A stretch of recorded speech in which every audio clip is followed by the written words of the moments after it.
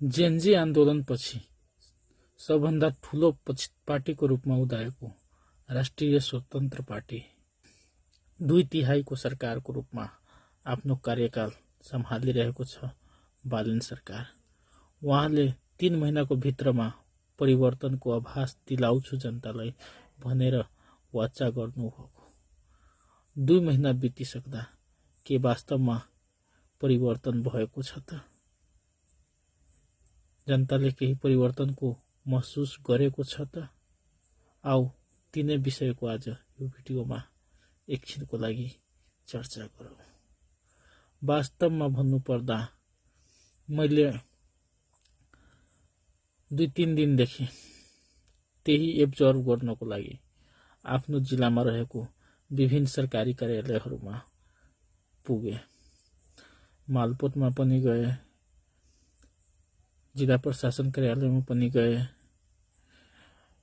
यातायात कार्यालयमा पनि गए, निर्वाचन आयोगमा पनि गए मैले, र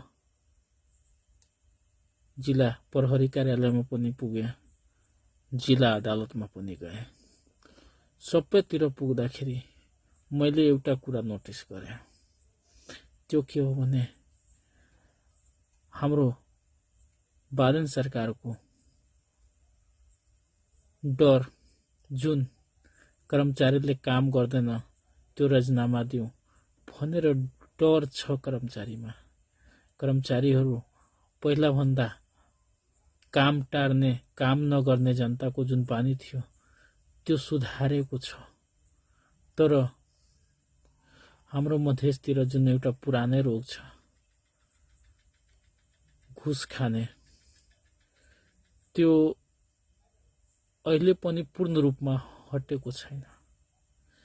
त्यो हटाउनको लागि हामीहरू पनि, जनताहरू पनि सचेत हुनु पर्यो। हामीले पनि घुस किन दिने, जुन काम फ्रीमा हुन्छ त्यसको लागि घुस किन दिने, उसले काम गरेन भने उसको कम्प्लेन गर्ने, चाहे जसरी होस् काम उसको गर्ने, त्यही नै उसको ड्युटी हो भने किन गर्दैन? या त हामीमा गल्ती छ भने घुस खियाएर हामी काम गराउँछौँ, गलत काम भने हामी नै गुनेगार हुन्छौँ।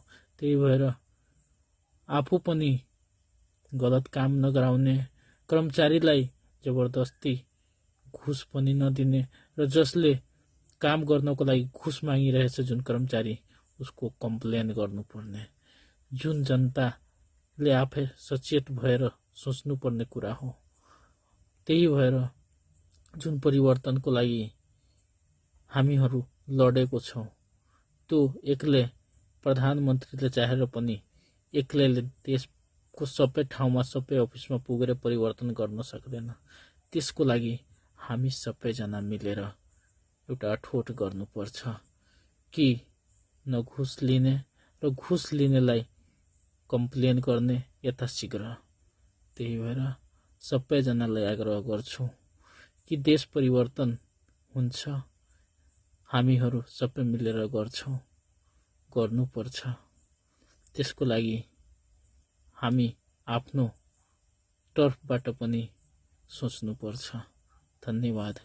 तपाईहरूले पनि आफ्नो ठाउँमा गएर एकचोटि निगरानी गर्नु, तपाईको ठाउँमा सरकारी अफिसहरूको के छ अवस्था, कर्मचारीहरूले समयमा काम गर्छ सेवाग्राहीको कि गरिरहेको छैन, आलटाल गर्छ भने त्यसको कम्प्लेन गर्नु, भिडियो बनाउनु, या जस्तो कम्प्लेन गर्नु, सुधार ल्याउनु, कर्मचारीलाई कारबाही गराउनु।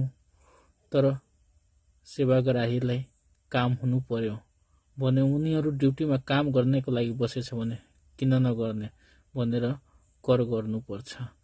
हामीहरूले सबैले सोच्नै पर्छ। जय नेपाल, जय मधेस।